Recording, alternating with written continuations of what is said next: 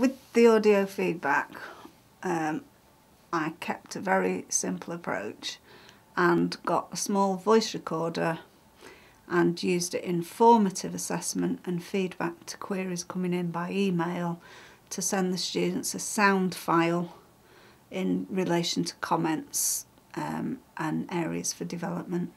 There's two different sides to giving audio feedback from my perspective. One is my workload issues, in that it's a lot quicker to record what I'm thinking than it is to write it down.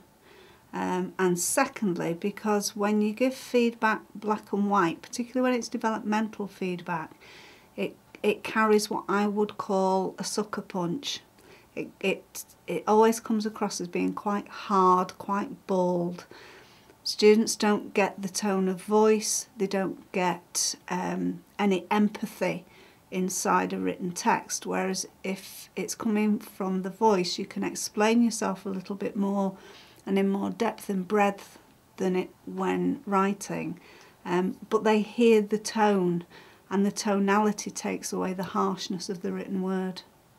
One of the things in relation to students' perceptions of audio feedback was when I first started using it, I asked every student to send back a preference against the audio feedback versus the more traditional feedback that had been given, and 100% report in terms of its success and how much more useful it was to them than just the black and white on a sheet of paper. I think the advantages of audio feedback to me as the academic are the speed in which it can be produced, and hence it's a slightly smarter way of working because it's time efficient in the production. I think the advantages to the student are it gives more of a tutorial feel to the feedback as opposed to the judgmental feel that we associate with written words.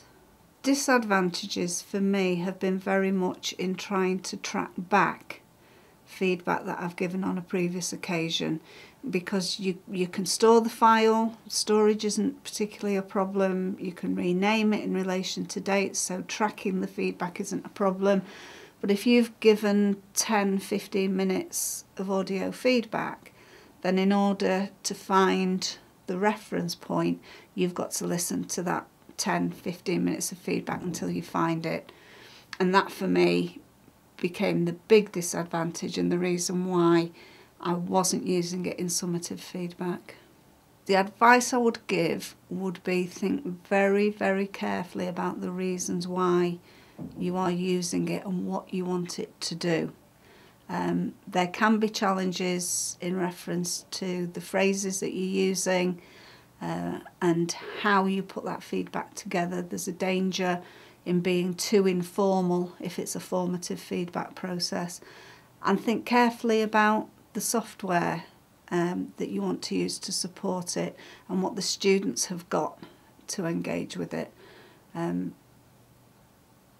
So it's really about thinking it through and making sure you've made decisions that are fit for purpose and appropriate.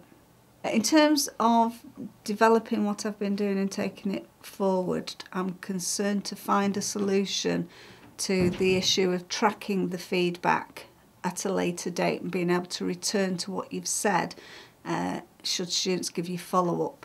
And from that perspective, I'm purchasing a piece of software that will give me the transcript in situ of what's been said, in a similar way to that of Jing or Camtasia, but without the time issues that those two pieces of software create.